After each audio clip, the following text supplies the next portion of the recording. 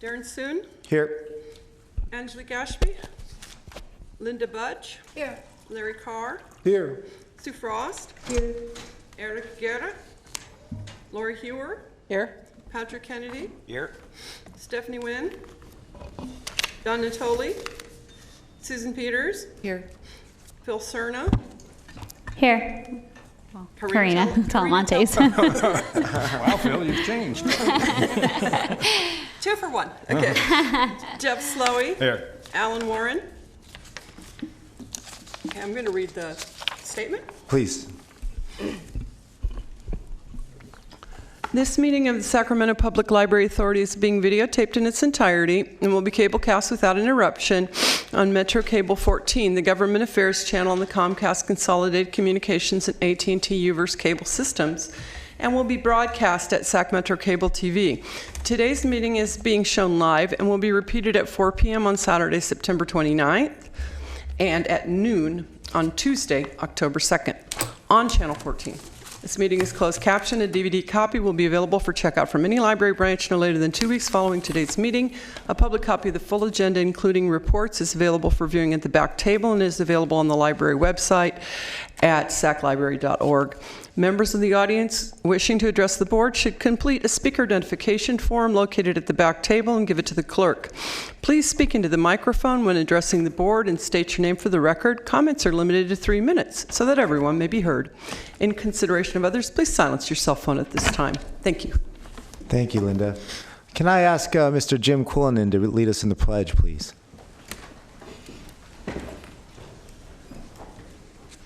I pledge allegiance to the flag Of the United States of America, and to the republic for which it stands, one nation, under God, indivisible, with liberty and justice for all.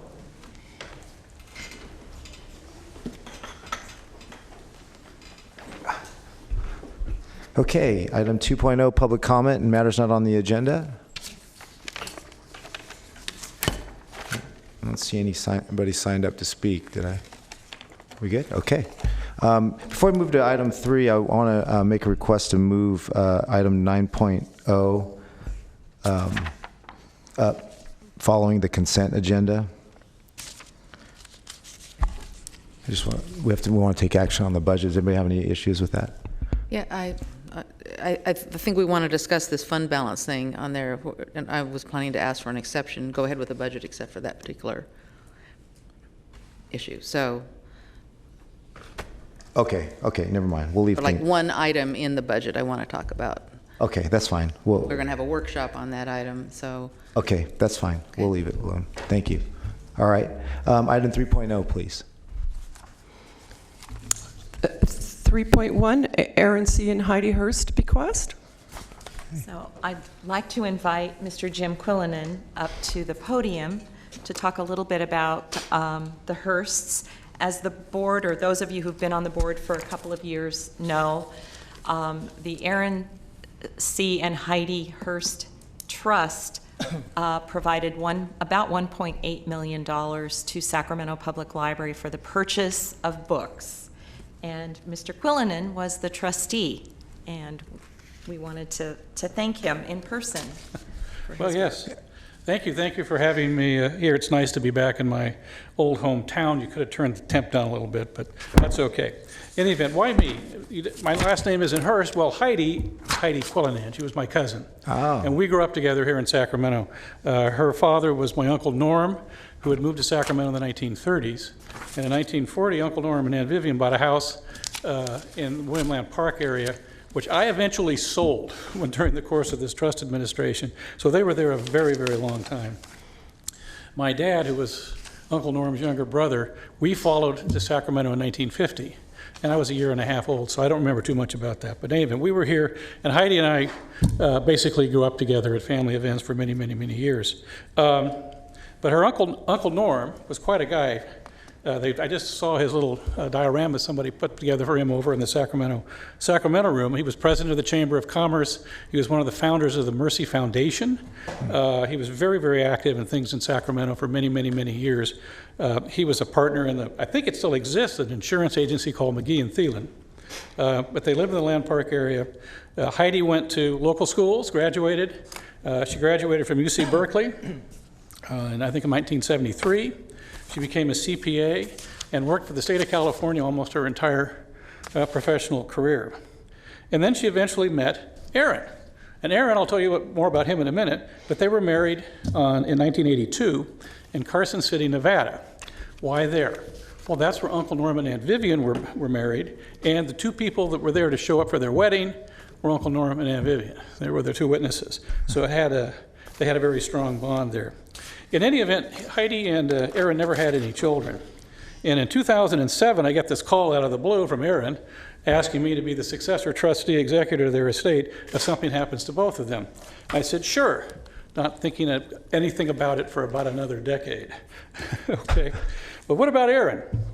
Aaron's also a local boy, local person. Heidi was a girl. And Aaron grew up in Lodi. And he loved the fact he was born on leap year day. He was born February 29th. 1948, and he would always say he's only 2 or 3 years old when in fact he was a lot older. So he made a big joke about that all the time. He was raised by his mother and his grandmother. The parents were divorced when he was very little, and he never knew his father very well at all, I was told. He became an extremely accomplished sheet metal worker and was very successful all around the general area of Sacramento and environs doing sheet metal work.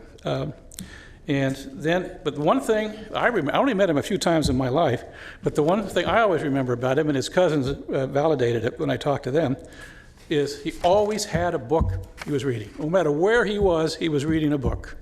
And actually, Heidi was a pretty voracious reader, but not as much as Aaron was. Then out of the blue, Heidi died in 2007. And so Aaron was in charge of everything on his own after that. I didn't think I was ever going to have to do anything. And then Aaron starts a very, very well-planned and thought-out retirement plan. And he amasses, this is the guy who was a sheet metal worker, and he amasses an estate of over $4 million doing that. But he's got everything so incredibly well-planned, you wouldn't believe it. He gets the house in Sacramento all fixed up, gets it on the market, gets it sold, and moves to Forks, Washington. Everybody know where Forks is? Anybody go, oh, you read the books, Twilight books. So that's where he moved to Forks, Washington, and had everything unbelievably well organized and set up there. And he dropped dead 6 weeks later. Oh. So that was kind of sad. But about a month after I took control of everything, I get a forwarded mail from the Forks Library. There's an overdue book in his name. And I said, well, I'm sorry to report to you he passed away, but I'll find the book and get it to you, which I did do, and I gave him a check for $50 on top of it. So when I found out from his cousin, the first thing Aaron did when he moved to Forks, Washington, was get a library card. So that's the real connection to the library is there. So, and then the other thing that I found out about Aaron, I knew this about Heidi, but I didn't know about him. They loved going to the beach. They were just beach walkers. They weren't swimmers or surfers. They liked to go. So after they had both passed away, Aaron's family and I scattered their ashes on the beach in Washington. So they're forever on the beach together. Beautiful. And that's the story of Aaron and Heidi and how $1.8 million got to the Sacramento Public Library Authority because they loved books. Oh. A family trait. I read a lot too. So, okay. Jim, thank you so much. Okay. Hope that helps. So I just want, yeah, well, just real quick.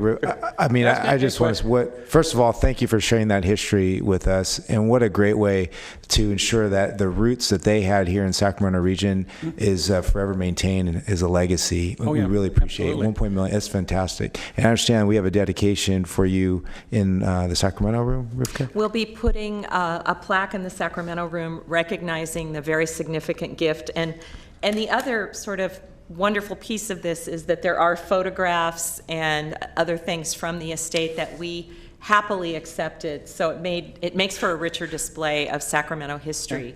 Yeah. And we brought an example. So we're taking a distribution every year. As you know, you approved this in the budget. And we're taking a distribution every year from the corpus. And this year we used it to buy children's books. So we brought a cart providing an example of the kinds of things that we purchased with the distribution this year. And we're really very grateful to Mr. Quillinan for coming to see us and for telling the story, because that's what's been missing. Yeah, We're happy to absolutely. share. That's the story of them. And I have 7 grandchildren. What should I take home with me? Jim, hold on. We have a speaker, Sue Frost, signed up to speak. Go ahead, Sue. No, I'm sorry. Oh, okay. was not. Never mind. Well, thank you That's very it. much. Very good. Well, thank you. Spend it wisely. Looks like you are. And I appreciate you making the trip out here. You came from Sunnyvale all the way out, so Sure. Take care. thank you, Jim. Picture of you with the books, though? Oh, sure. That would be great. Thank you. Yeah. I think with Mr. Quillinan.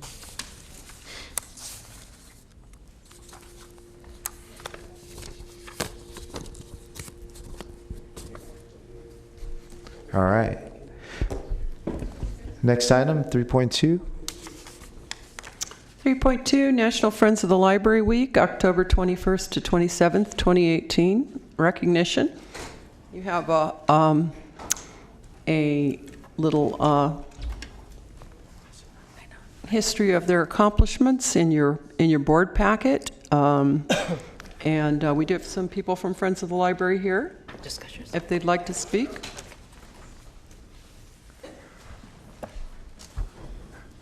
Hello, hello. Hello, I'm Anita Scurry. I'm president of the Friends of the Sacramento Public Library. I have some of our wonderful volunteers here. I'm not going to speak other than to introduce them. This is David Wagner. His branch is Arden Dimmick. Pam Whiteley. Her branch is Rancho Cordova. And Chris Wagner, who is also Arden Dimmick, as well as I'm Arden Dimmick too. We have an item on your agenda, and I'll happily speak at that time. Okay. All right. Thank you for that great compilation of all we've done. You're welcome. Thank you. Next item. 3.3, Summer Reading and Summer Lunch Final Report for 2018.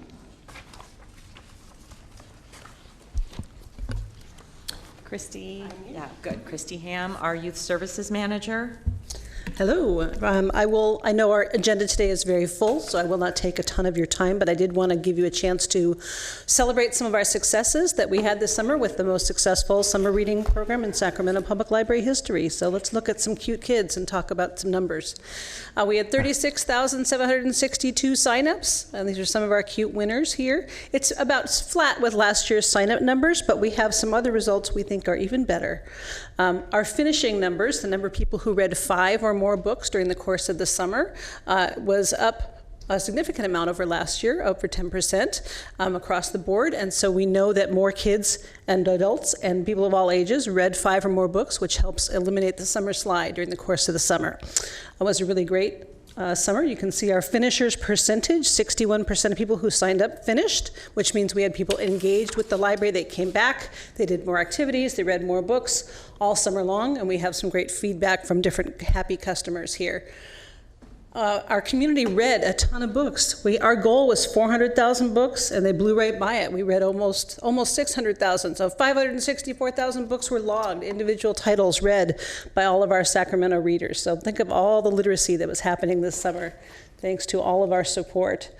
We gave away prizes, obviously. For kids, you earn a book. If you read, you get a book. We think that's a really great way to build a home library and keep those skills going, build the interest. In addition, our adults also earned some book den certificates to help the Friends of the Library. And of course, we gave away medals if you read 25 books or more. And you can see some of our happy winners here.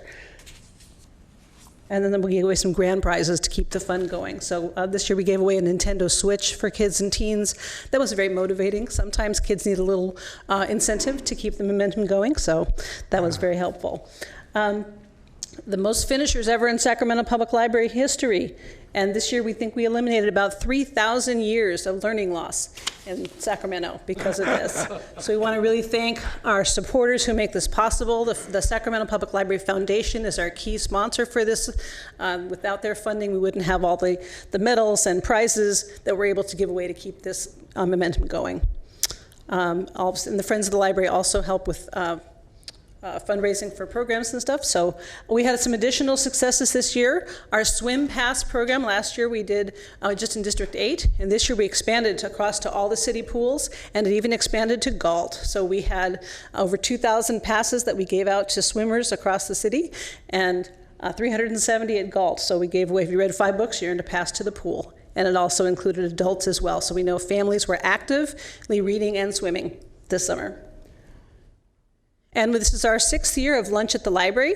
We expanded to 13 different libraries where we served a free meal for kids 18 and under.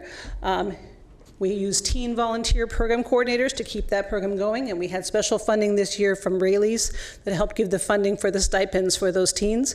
They also gave some produce giveaways, and we did some special events for those lunch programs. We served 14,000 meals across all our 13 different libraries this summer. And we just want to say thank you to all of our partners who made it possible. And we had a media partner this year with ABC 10. We had a bunch of different spots piloting summer reading, spreading the word. We did movie theater ads to spread the word also, and just lots of different ways to keep people reading this summer. And so we do want to thank the Sacramento Public Library Foundation for all of their support and the Friends of Sacramento Public Library. Any questions? Any questions? Yes. Yep, go Mr. Carr. Thank you. I want to ask my fellow board members to give special consideration to the summer swim pass program. The way it works, as she said, if you read 5 books, you get a pass to the swimming pools that are participating, as well as a pass for an adult. That was a learning experience from the previous year. Kids read the books, but they didn't use the swim passes because many of them could not get to a pool. And I think it would be a great thing for our region if we could guarantee from every library and every swimming pool in Sacramento County that if you read the 5 books, you can go to any pool in the whole county, in all of our cities. And it's doing a great thing for our kids because they lose so much between June and September. And this is one way we can keep them engaged. So I would just plead with you to take this back to your councils and boards and see if they will join in the effort. So every library, every swimming pool open to our kids in the summer. I think that makes a lot of sense. Why should we have boundaries in the county for our kids? Is there a way to reach out through the library authority to each of the jurisdictions? Is everyone okay with that? I'm seeing the heads nodding. Okay. Yes, we Absolutely. want to especially thank Director Hewer because we think that she provided a little bit of competitive edge for our folks in the city of Sacramento this year. Councilmember Carr has been the leader of the idea of swim passes, but we got the whole city on board this summer. Well, with any luck, we'll have a pretty nice aquatic center open in our city, Elk Grove, too. Definitely want to do that, capitalize on that for next year. Absolutely. For sure. Congratulations Thank you all on for your another support. successful program this year. It's great to see this trend continuing. And especially with Elk Grove being so close to District 8, separated by Sheldon, we have many of our kids who read at the North Laguna Library, but are closer to the Elk Grove pool. Right. So if we could have, and vice versa. So if we could have some kind of cooperative agreement where we all work together for the sake of the kids that we all serve. Happy to work on that with you. Great. Absolutely. Thank you. Okay. Thank you. Thank you very much. Okay, item 3.4. Friends of the Sacramento Public Library. Hello. Hi again. As you know, we're pretty much an all-volunteer organization, and Ms. Beamer's lovely report tells you that we donated over 56,000 hours of volunteer time. The 3 friends who joined me here are responsible for a fair number of those hours. Ms. Whiteley, stand up, is manager of our book den, which is a warehouse that has over 100,000 books and provides revenue also to support the library. Ms. Chris Wagner works at Arden Dimick sorting and scanning books and also puts books on Amazon for Arden Dimick and for the Book Den. Mr. David Wagner is president of the Arden Dimick Friends, and he and I were sorting books today in our little shed. They put in countless hours, all to help the library. I want to talk about 3 things briefly. First is the Book First program, which is a library program that's funded by the Friends. And maybe some of you will use your discretionary dollars next year for funding some of it. One of the biggest things that it has done is to connect the library to the schools. Before, the schools kind of went, "Nah, you don't have anything to give us." And now they are eager to have the library and the Friends come to their schools to distribute books to their first graders. It allowed more first graders than ever, than last year, to get cards. Last year, 1,160 in year one, 1,162 first graders got library cards, and this time 1,362 students got library cards. We have changed the threshold, which is free or reduced price lunches. The library has changed the threshold based on funding provided by the Friends. We've, in addition to the schools that we reached last year, we are going to reach about 13,800 first graders. And 6 branches are actually contributing money to add to the number of schools that will be covered, where students will, in first grade, will receive a free book. And those branches are Rancho, Orangevale, Arden-Dimick, Carmichael, Fair Oaks, and North Natomas. Some of them, in their generosity, have said, put the money where it's needed most. And so that is what the library will be doing. We also had a membership drive. I want to give a shout out to the 3 winners. We increased our membership by about 5%. Cortland had a 52% increase in members. They got 10 members, new members.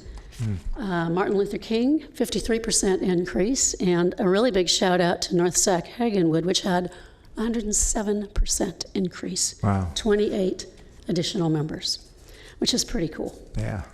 The last thing I'd like to talk about is Friends of the Library believes that many patrons of the Sacramento Public Library have an affinity and a fondness for their own branch library. These branches provide services and programming responsive to unique community needs and may have served several generations of a family. Many members of the Friends identify a specific branch as part of their membership application and may be interested in further supporting their local branch through various forms of planned giving, including legacy giving.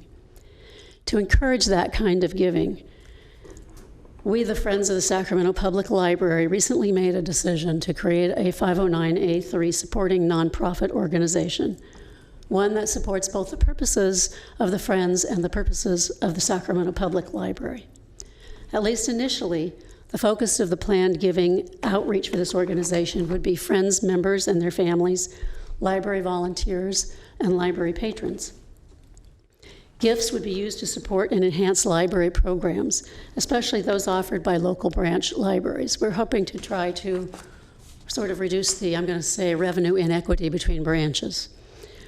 There would be no duplication of existing endowments that are under management by the Sacramento Public Library Foundation, nor would we compete with the foundation's focus on children's literacy.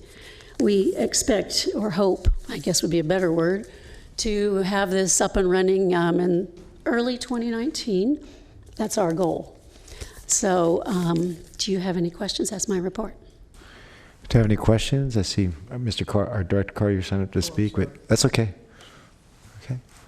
No questions, but I do want to thank you for your continued advocacy on the library, and thank all of you for your volunteerism. It goes a long way in helping us sustain services here. Thank you. Thank you. Okay, next item. 3.5, Sacramento Public Library Foundation. Good afternoon. Good afternoon. As you may remember from a few months ago, I'm Jim Dieringer. I'm the president of the Library Foundation Board of Directors. Today, I just wanted to report to you on the community literacy map that we have just launched. I know some of you are aware of this, but maybe not all of you. A year or two ago, we got a grant from the Golden Run Credit Union to develop this map, and our executive director, April Javist, with the help of a tech consultant, has now assembled all of this. It's an interactive sort of digital map. There are various literacy-related metrics that are built into this map. Examples, percentage of children who are reading below grade level, by school, the number of children participating in summer reading program, again, by school, location of library branches, schools or library branches that are being reached by various literacy organizations such as Reading Partners, 916 Inc., the percentage of children in each school who participate in free or reduced cost lunch programs. And then political districts are also outlined on there. So one can superimpose any number of these metrics, over one another to see the relationship between them. And the map has a kind of a heat map element, so it's very easy if you turn that on to kind of see where the hot spots are, if you will. So we are really excited about this as a tool for matching available resources with the greatest need. We think this is going to be a very useful thing for schools, for the library. We had a public launch of this map on September 6th, and as it happened, Eric Guerra was there, and he even demonstrated the map on the fly. He had never done it before, but he did it for the attendees and did a great job. So it kind of illustrated how easy it was to use. There was a segment on Capital Public Radio on the Insight program with Beth Ruiak that's run a couple of times where there was an extensive discussion of this map. So we're going to be trying to promote this in various ways. And the map is up on our website, so anybody who wants to check it out can do that and can work with it. So I wanted to just make everybody aware of that. That's my report for now. Thank you, Jim. Thank Any you. questions for Jim? Oh, I see Ms. Budge, Director Budge. When you talk about the information that went into developing the map, and you mentioned summer reading programs, is that synced with the library summer reading program, or with reading programs that might be taking place at different schools? It's the library's summer reading program. Okay. Yeah. That's good. And, we are going to be refining this over time. I mean, there may be other metrics we're going to learn about that should be incorporated into this. And there is going to be a maintenance element to this and a cost for that every year that we're going to try to, come up with the money to make it current at all times. Well, thank you, Jim. I think collecting this data will go a long way towards making us more efficient with our resources. So it's a great idea. Our hope. Yeah. Thank you. Okay. That brings us to closed session. We have an item on here for public employee performance evaluation for the library director. Open the closed session public comment this time. Is there anybody signed up to speak? Seeing none? Okay. We'll adjourn to closed session and we'll come back. Thank you.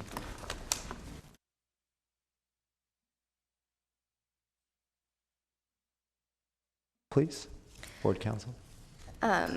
So there's no reportable action on our first closed session related to public employee performance evaluation. On our second closed session item related to potential litigation, one case, the board has rejected the tort claim that was submitted. Okay. Thank you very much. We'll adjourn closed session and go to next item 5, director's report. Thank you, Mr. Chair. I want to refer the board to a handout that's at your places. Once again, the library is part of the Voters' Choice Act, and we have something going on in all of our libraries, whether we're ballot drop-off sites or voter service centers. 11 of our libraries are voter service centers. 26 of 28 branches. We have 2 in the Delta that will not be open from 7 a.m. to 8 p.m. on Election Day because Walnut Grove is a voter service center, and they will be open. But one of the things that we did was decide to keep all the branches open since there was confusion during the primary around where to drop off your ballot. And we thought, well, one way to address it is just to open up the libraries. And I didn't have a chance to thank the Friends when they were here, but the Friends of the Library are stepping up to volunteer, help staff. We have other volunteers who will help us with those 7 a.m. to 10 a.m. hours and other hours in between. We also have a number of programs related to voting happening in October, including a ballot explainer with the Project for an Informed Electorate, an event with the Huffington Post and Sacramento Bee. It's a Listen to America tour from the HuffPost, a Democracy Cafe on October 21st, and my personal favorites, at a couple of our story times, kids are going to be able to vote on their favorite storybook characters, which is something I wish I could do in today's world. Also, teens who are 18 will be doing voter registration drives. And then finally, unrelated to voting, Leslie Lowe, who wrote the book No Place to Go about the crisis of the lack of public toilets in our culture. She's actually Canadian. She will be speaking on Sunday, October 7th. I also want to mention that we've been working with the Renaissance Society from Sacramento State University, and tomorrow I get to be their keynote speaker, and I'm really excited to talk about what is a library in the 21st century, because we even talk about public toilets. That's my report. Happy to answer questions. Any questions for Rivka? No? Okay. Well, thank you, Rivka. You're the perfect person to do that. Libraries in the 21st century. So Thank you. Thank you for your service. Next item, 6, information. Does anybody have any questions or comments? I just have one. Okay, Director Frost. I have one question regarding item 6.9, the Orangevale Library update. And I just wanted to refer everyone to the third paragraph. That this update is kind of an overview of some of the activities over time that the county and the library authority have been exploring possible expanding to a new location in Orangevale to expand the space of our Orangevale Library, which is very small. And in that third paragraph, there's a statement regarding the JPA agreement and the fact that future library facilities would be required if they move to if they expand, or if new libraries are started in an area, it would be up to that jurisdiction to then be responsible for that lease. I want to ask for us to explore the interpretation of the JPA agreement on this, because it seems like it's the assumption that if we were to take our existing 4,300 square foot Orangevale Library and expand it to 8 or 10,000 square feet, then we would be responsible for then the county would be responsible for the entire square footage. But my premise on this is that we're not opening a new library in Orangevale. It's the existing library that's just getting a little bit bigger. And there are other libraries that have expanded in the past that have not necessarily taken on the entire cost of the facility. And so I would like for us to, I question that interpretation of the JPA agreement. I've read this a couple of times, and I would like to ask for us to explore how we interpret that, and I'd like to know how other libraries have been treated in the past that have, like if Galt expands their library, do they then pay for their whole library from that point forward? How does that work? So. Do you want me Director, would you we'll just weigh in on the fund balance? First of all, they're really good questions, because we are this very interesting Frankenstein monster as a JPA. Galt is different because the city owns the building. So there's a small lease that we've paid. It's been the same, I think, since we started operating the Galt Library. So that challenge of who pays the lease comes in when we're talking about leased facilities. But, for example, the city of Sacramento built 3 new libraries. They own the building. The buildings, we simply operate them. Elk Grove, the same instance. So when you add to the Galt Library, will your lease payment go up? Well, unfortunately, we're not able to add to the Galt Library. We're only able to change out the carpet and do some painting. There's not an expansion going on. So that's, again, that's the example. Okay, I'm still confused by that interpretation that basically if the way it interprets it, if there is expansion, like there's a new library in that area, then that new library would then be the responsibility of that party to the JPA agreement. That's correct. But this is not a new library. We have a library in Orangevale. We're just moving it. We're just moving It's a our lease. library. That's true. It's a lease. So that technically is not another library. We're not adding a library to the system. We're just expanding it a little bit. Well, I think that's where we have to have an interpreter. That's why I'm asking. We're going to We don't defer have to to our answer this attorney. today, but I would like our legal to look at that, and I would like to know, because I interpret it differently than maybe what staff is interpreting it as. So maybe if the board is willing, inclined, maybe we can get a report on that specific item and that part of the JPA and bring it back for the next meeting for a conversation. Thank you. Perfect. Our attorney is nodding, so yes. Okay, everybody's not. Thank you. Mr. Chair, if I Yeah. Oh yeah. Sorry. Yeah. Go ahead. Yeah, I just want, just on that point, I think to maybe put just a little finer point on it, certainly hearing what Supervisor Frost has put forth, but again, recognizing the premise that's built into the, as well as obviously the guiding declarations that are in the JPA, it would seem to me where you have a library, at least a base footprint for a library that were costs that would be assumed, that's kind of the minimum, that if the expansion is additive, that's part of what was being discussed here, but maybe there's still some shared apportionment, because unless you were going to close the library altogether, then you were going to have some cost for library and have. I mean, Orangeville's had a library for 100 years in one form or the other. It would seem to me that maybe there's the ability, and again, I don't know, maybe subject to interpretation to what the chair said, and certainly what Rivka added.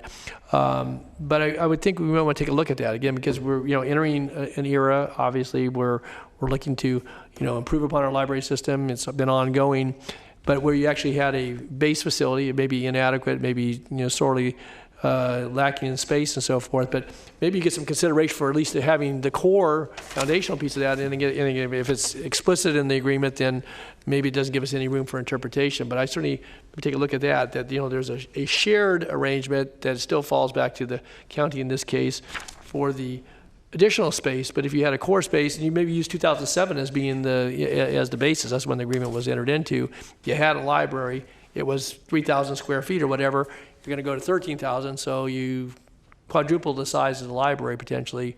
But would there still be some shared costs with the JPA for that core space that Well, the shared costs are the result of additional staffing, additional materials, additional technology, right. Those kinds of things. That's where the authority comes in. Right. But the building itself, and I think again, okay. I want smarter minds. I want legal minds to review this. But I think the issue is the difference between who's responsible for operations and staff and collections and materials, and who's responsible for the basic infrastructure of the building. Okay. Okay, Director Flowey, and then I'd like to let's table this, because I have a feeling we're going to revisit all these comments and conversations back. But I know Director Flowey, you've been waiting. Go ahead. Yeah, no, my comments were covered by others, so I'll hold off till we actually have the discussion. Okay.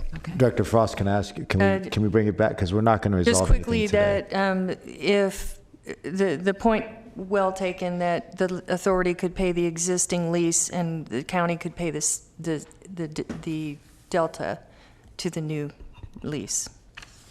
It could be that interpretation. Thank you. Okay. Thank you. If there's no more comments on any of the information items, I'm going to move to consent item 7, and can ask Ms. Beamer for an action summary. Move the consent calendar. You don't want to hear? Okay, fine. We don't usually read the action summary. You don't usually read the action because it's summary? in the packet. Okay, thank you. I have a motion and a second. All those in favor? Aye. Opposed? Abstain? Motion passes. Next item, Sacramento County Fund Balance Workshop. Okay. So this has been an issue that we've been talking about for the last several months. So I'm going to turn it over to Johnny to go through the PowerPoint that's should be at your places, as we realized there was we sent the wrong one in your packets. So we want to just provide a little bit of history around what some of the issues are and what our recommendations are. But we don't have any action today. This is simply to make sure that we have all of your questions so we can address them and then come back at a future date for action. Okay, yeah, so thank you, Mr. Chairman, and members of the board. A wonderful clerk had reminded me to ask you to make sure you have the item, it's item 8.0, where it says corrected on the very right-hand corner. So we've updated the schedules to be in line with our budget for fiscal year 2019, which is the next item. So once again, welcome to the General Fund Reserve Policy Workshop. As Rivka had mentioned, this is intended for discussion purposes, so there's no voting required for today. Just as a reminder, the library's main funding sources are by way of county property tax revenues at about 55%, and City of Sacramento contributions from the general fund at 22% and 18% from household taxes, and then the remaining 5% from miscellaneous fines and fees. So the question is, what's a fund balance? The basic definition is the difference between assets and liabilities. And then in the accounting rule, it's assets minus liabilities equals fund balance. So this is the basic definition that the finance folks are familiar with, and as well as the non-final finance folks. I'm sorry, before you go further on, could you go back to the first page? We don't have it in our packet, so I was busy trying to find it and didn't. I have two that say corrected, so. It should be one of the ones that says corrected. One of the ones. Well, if you have two, it's because Angelique was coming and I put one out for her. The corrected copy didn't have that first slide. That's the point. It didn't have the breakdown. Do you have is it missing this one right here? Okay. Yeah. That page right there. Yeah, that's just. Yeah, that's not in the packet. Sorry. So, I'm sorry. I was trying to find it and I didn't hear what you had to say. So we apologize, but this is also in the budget pages as well too. So, once again, it's these are the three primary funding sources for the Sacramento Library. 55% from the county property tax revenues, and about 40% from the city of Sacramento, and 5% from miscellaneous fines and fees. Again, the basic definition of fund balance: assets minus liabilities equals fund balance. And then, as you know, the city and public agency finances were also governed by the Government Accounting Standards Board. And GASB 54 requires agencies to separate the fund balances into 5 different categories: the non-spendable, restricted, committed, assigned, and unassigned. The majority of our fund balances are in the restricted column section, which is restricted for the county branches and also restricted for city branches. So we'll dive more into the concept of restriction. So again, we have fund balances in the county branches, and the majority is in the unreserved category. And unreserved means it hasn't been earmarked for any library expenditures or any purposes yet. Similarly, with the City of Sacramento, we have what's called the general branch expenditures and household tax, Measure X, unrestricted fund balances. I mean, restricted fund balances, but unreserved. And then unreserved is again, it means that it has not been earmarked for any library expenditures, including operation costs or capital expenditures. So the purpose of a fund balance policy, so we did some research on this, and I know it just varies from one agency to the next. So the purpose of a fund balance reserve policy is to help maintain and mitigate current and future financial risk, such as from revenue shortfalls, economic downturns, or unanticipated expenditures. And it also helps with cash flow needs. So if you do not have fund balances, you'll have a hard time paying for payroll and accounts payable expenditures. Also, it's to help ensure long-term fiscal sustainability. So the common question is, what should the reserve level be? And it's not an easy solution. One size does not fit all. So based on our survey and research, the most recent survey that we did in finance, it ranged from 10 to 67%. And this varies depending on the size of the organization and the revenue sources and so forth.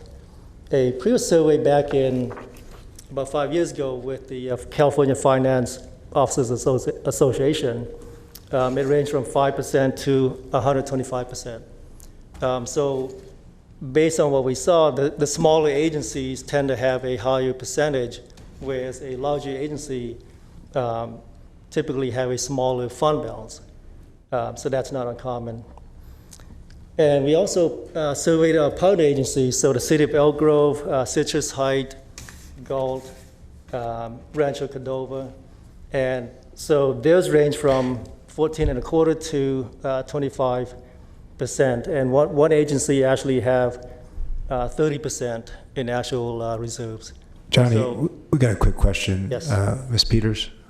Yeah, thank you. When you did the survey, what libraries were in the survey? Were they around here? Were they in Southern California? Were they in New York? What libraries were they? We actually looked at local government jurisdictions. Yeah, right? yeah. So the survey we did, the 10 to 67%, that's based on local finance, cities and JP and so forth. So it's not just libraries, but pretty much all of the California public agencies. Well, isn't that what you surveyed for library partner agencies? The partner agencies, these are our library partners. So Elk Grove, Citrus Heights, Galt, and Rancho Cordova. It's the cities. Okay, so you didn't survey libraries, you surveyed cities. Is that what you're saying? We surveyed other JPAs. We surveyed... Of what kind? I mean... just our partner agencies, so well, there are two questions. Citrus Heights. The partner agencies that we surveyed are the local jurisdictions where we provide library services. So we talked to the cities of Elk Grove, whatever. Got that. In terms of other agencies that we looked at throughout the state of California, it was a variety of local government entities, JPAs, and other organizations. Other, like cities and local organizations. Yeah, cities and other public agencies. Just wondering why surveys or cities are considered appropriate for a library JPA to compare to. Well, that was just to get a sense of what other public agencies are doing in terms of the general fund reserves, and the items in red, the 14 to 25, that's specifically the partner agencies that we have within. Yeah, I understand that part. It's just the recent survey and previous survey. I would just like to know more about what was surveyed and why you chose that. Is that a standard in the library business, or? Well, we're kind of, I don't want to say making this up as we go along, but it's somewhat unique there are only 4 JPAs in the entire state of California that provide library services. Okay, so then when you described JPAs in cities, was it the library JPAs that were included? We weren't able to get any information from them. We're still working on trying to get some information from other libraries, but we looked at mostly cities and counties. We used the, GFS. Yeah, so typically in the finance arena, we send a survey to other California finance officers. So we did not selectively pick libraries only or special districts only. We just sent it out to all the public agencies and asked them to respond what the general fund Well, maybe you policy could is. send me a list of the agencies you Okay. surveyed, and that might answer my question. Okay. Thank you. Director Carr. Well, except for fines, the money to the library comes from the cities and the counties. So it's very instructive to see how they view their risk.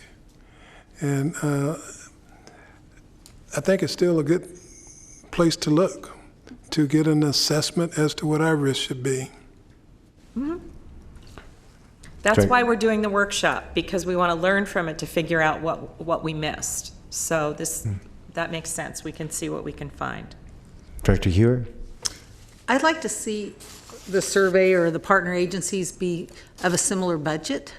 You know, did you survey budgets that were similar to our JPA budget, to the library budget, to our overall budget, to compare it with what are the reserves of other agencies with a similar budget? That was a question that we actually discussed, and we did look at. We tried not to do anything that was too big. There's no point in doing something like the County of Los Angeles, or we looked at agencies that had comparable budget size in some cases, but we also looked at ones that were smaller as well as a little bit larger. That's my recollection, but. Yeah, we took all the responses, and some are comparable to our budget. I think Carlsbad was a city that responded, and they had about $50 million budget, and their reserve was actually about 40%, but their target is a higher amount. So again, we did not specifically target just libraries or special district. We sent out the survey and hoping that people responded. And I think we got about probably 3 dozen responses, so we can certainly share that with you. So you tried to use agencies that were within some proximity to our budget, or within a range of our budget, like throw out ones that are really low or really high, or? Yeah. This is just the low to the max, so we didn't pick comparable budgets. Okay. But this is just to point out that based on our survey, this is what we got. So the low is 10% to 67%.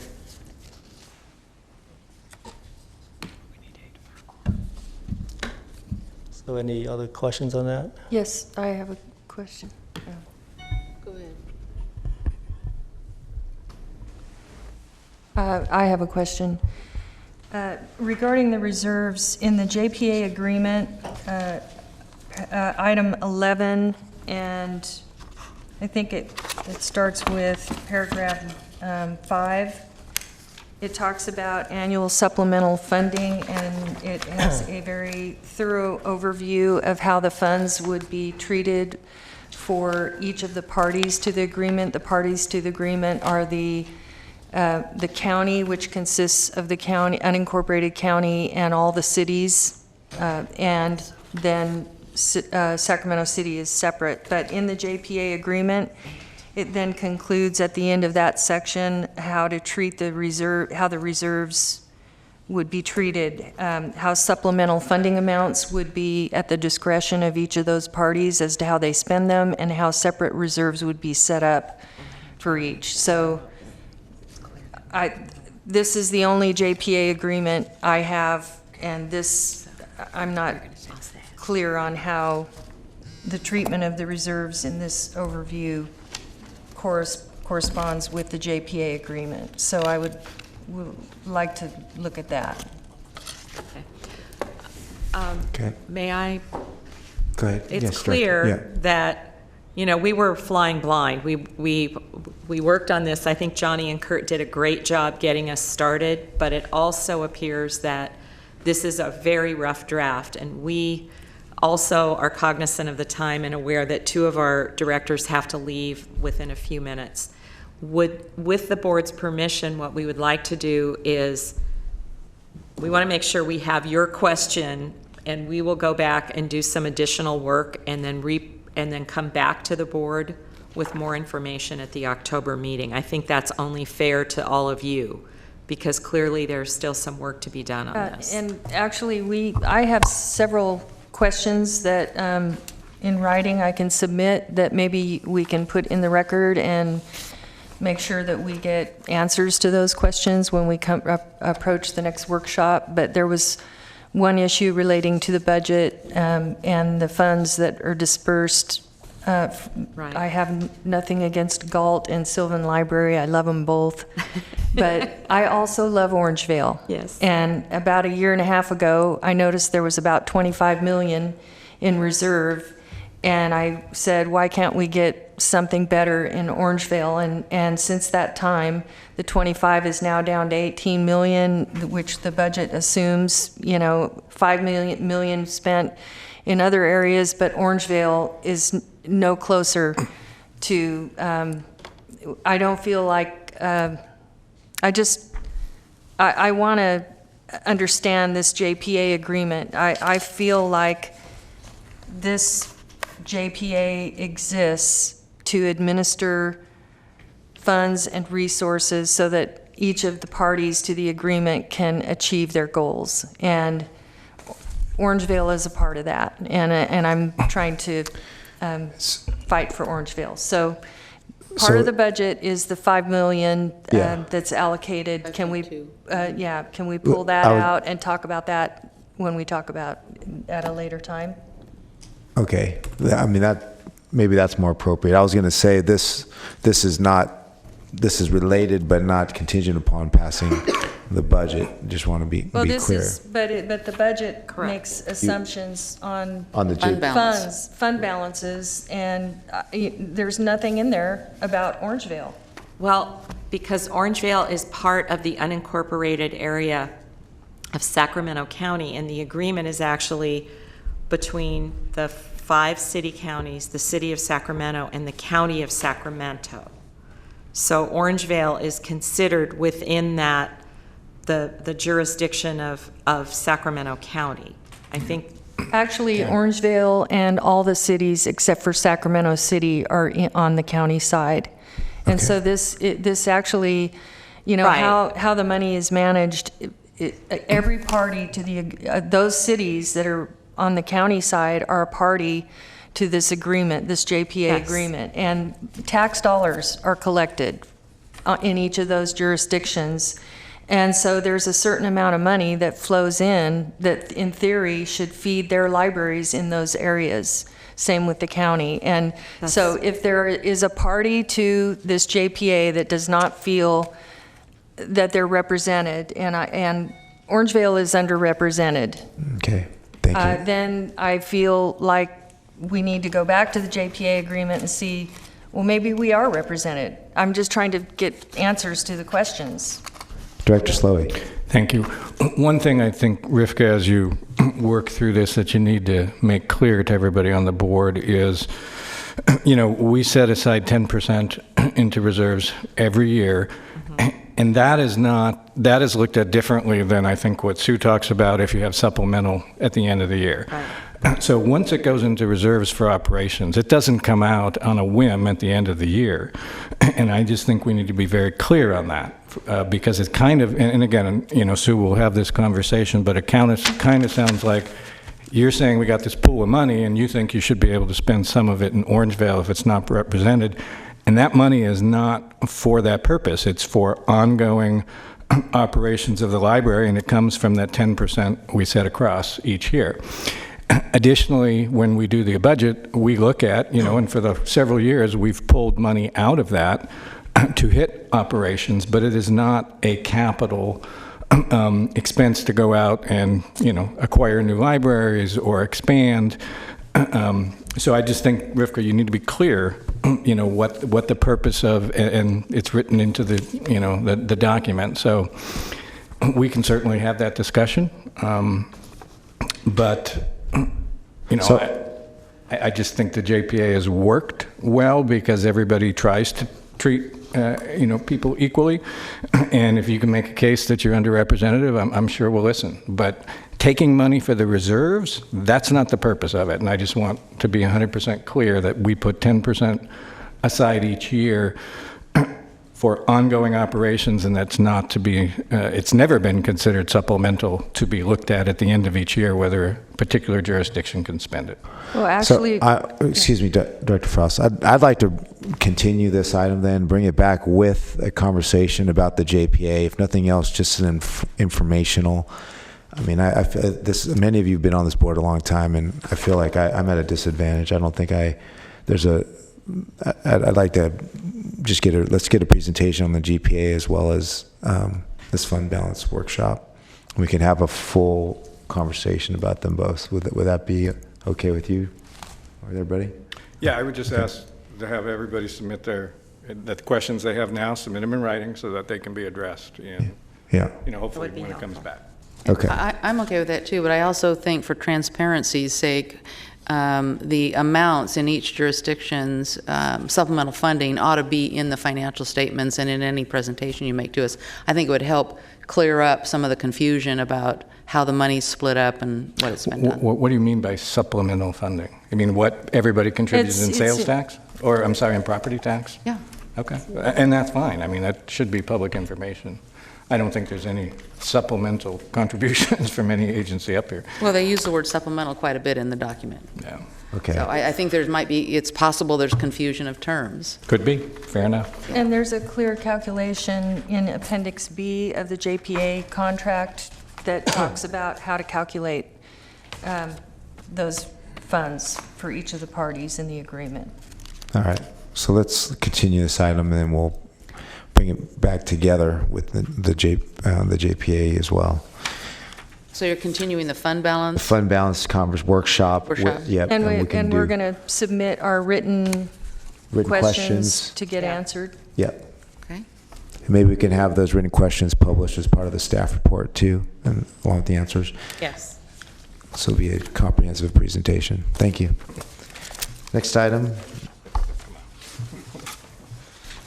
Item 9.1, fiscal year 2018-19 final budget, position control, and fine and fee structure.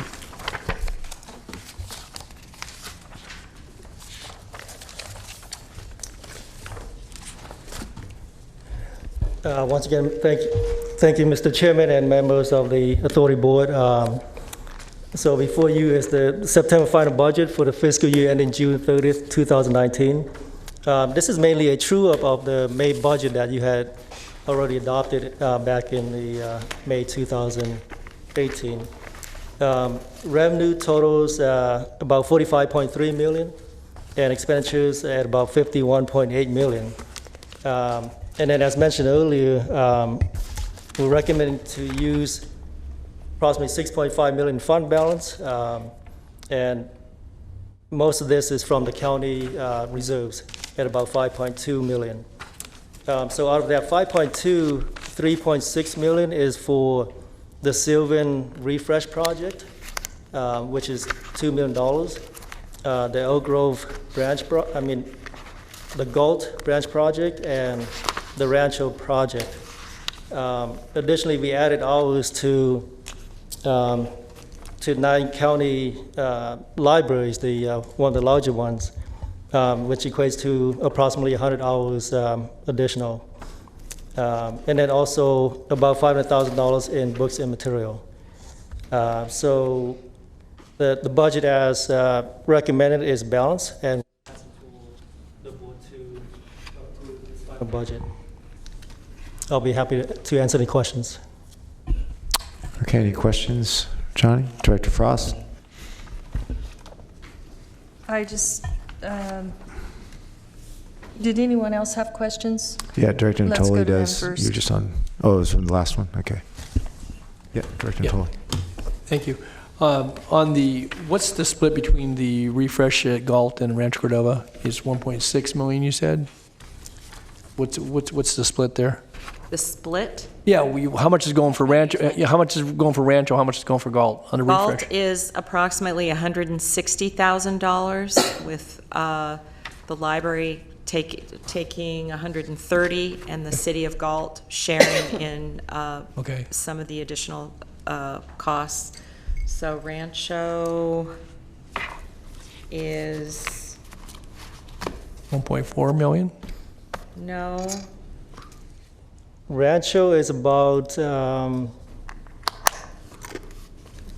have the? Sylvan Oaks is the 2 million. That's 2 million. Okay, but yes. you got 3.6 in there, so that's what I'm trying to get to. I didn't know how that was split. So if it's 160,000 for Galt, that leaves you only about 1.4, a little less for Rancho Cordova, I know, is 200 plus. Do you have it, Jared? Okay. Yeah, I thought it was more like around 300,000. Okay, so how do we get 3.6 million then? That's other. The difference is all the deferred maintenance, and these are from. Well, that's what I meant too. I'm sorry, I didn't say Yes. defer, but you're going to put it into those two libraries, and so Rancho and Galt are going to get the remaining portion for deferred maintenance and refresh. Yes. That Galt is for refresh and Rancho is for refresh, and then there's also deferred maintenance throughout the county libraries. And these are to buy chairs, tables, and then miscellaneous carpet replacement and so forth. Yeah. Okay, so So deferred we maintenance. separate deferred maintenance, and it's things like a table is splintered, so we replace the tables. Right. The chairs break. we But that's replace the chairs. system-wide then. And that's system-wide county locations. Okay. Correct, sorry. How much was that? That was about $1 million, I think, for deferred maintenance. Just trying to get to, what's everything that's in the $5.2 million? Okay. So everything in the 5.2 million, so 3.6 million is for the building refresh, including deferred maintenance. That's countywide? Correct, countywide. And approximately $800,000 for additional hours. And then $500,000 for books and material. And the other two amounts are from the cost allocation plan that, so this is the overhead portion of the cost for the county and city branches. And also the MOU obligations with the recent The library. union negotiations. Okay. And then Galt, Rancho Cordova, and Right. So if I could just be really clear, so then Sylvan's 2 million, Galt's about 140 to 160 with some share from Galt, and Rancho's about 200,000, and the rest is deferred maintenance, Correct. system-wide. Deferred maintenance. And then- some collections. Right. And then we're also recommending that you allow us to add we are adding some positions in the libraries that are now open 7 days a week on the county side. And then we are asking to budget $200,000 that we don't exactly know if we're going to spend, but it's to create 3 generic library worker positions. So if we need to hire somebody and the board isn't going to meet, we can go ahead and create a position, hire the person, and then bring it back to the board. We want to budget the funds for that. So we're trying to be a little proactive because sometimes we're fairly tightly staffed in many locations, and we thought this would add flexibility. Could just add, Mr. Chair, I know time's short here, so the difference in the branch refreshes is significantly different in cost. So could someone just in a minute tell me why it's 2 million over here is only 100, I know different size libraries, I get that, footprints, but only 160 for Galt and only 200 for Rancho. Well, because Rancho was refreshed a few years ago, and Okay. what we're doing is going back in, and we're doing some paint, some carpet, we're cutting down the shelves, Okay. and we're finishing out some work that didn't actually get done when we did the refresh, I think 6 or 7 years ago. Okay. It's since I've been here. So you're doing a full makeover at Sylvan? We did and we're doing a full makeover at Sylvan Oaks, which then I hasn't guess- been touched since.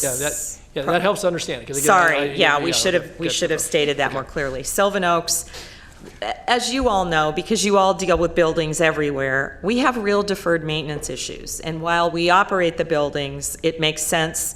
We have to have them be as efficient as possible to keep our minimal, because we don't have a lot of staff. So that's partly what's happening at Rancho is to make it easier. I just want to try to understand. Yeah, the break. sorry, I'm we good. should have, yeah. So it took me a while to absorb the question. Director Hewer?